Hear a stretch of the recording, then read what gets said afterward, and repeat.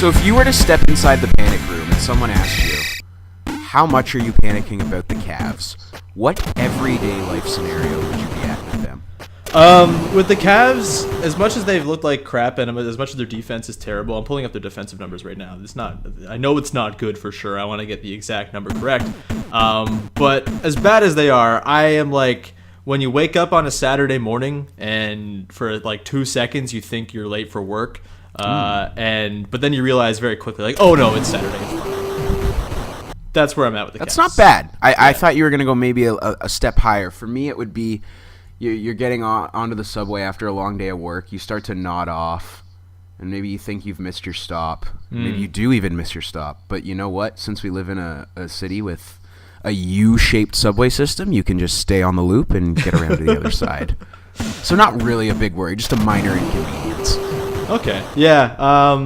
I just think they're going to figure it out. They're going to figure out what lineups are best. I think it was kind of smart to have Derrick Rose and Dwayne Wade start to begin the season. I think they're both not starting anymore, so that's good. The starting lineup's been kind of fluid there, so who knows? Maybe they will get back in the lineup. But I do think that by the end of the season, they'll figure out what lineups work for them. They're going to stop playing Jeff Green. They're going to stop playing Derrick Rose when it matters.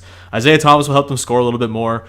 He won't be a complete black hole of offense like Derrick Rose is, although, again, he's shooting 51% from the field. So good on you, Derrick Rose. But no, I think, they're going to be fine. They're going to figure out what defensive lineups work for them. Jay Crowder can't be this bad unless Brad Stevens is just literally the god, like the god king of coaches and gets everything out of players, and Jay Crowder's actually bad unless he's playing for Brad Stevens. I don't think that's true. Like, Jay Crowder's fine.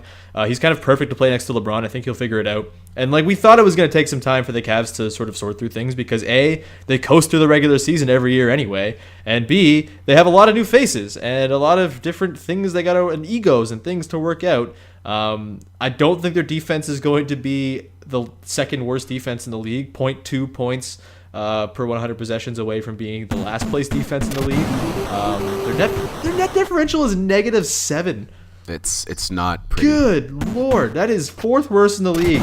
The Bulls, Kings, and Mavericks are the only teams with worse point differentials. That's kind of startling. But no, I think they'll be fine. LeBron is too good. They'll have team meetings and whatnot, and things will be fine. And they're going to probably cruise through the Eastern Conference again because the East doesn't look all that great, despite the Magic and Pacers being incredible, and despite the Celtics somehow winning 6 in a row without Gordon Hayward. I think the Cavs are going to be fine. So I'm not all that panicked about what their start and how they're looking so far. I tend to agree with you because we need to realize that this team just does not care, especially in October. LeBron's still focused on Ohio State football season.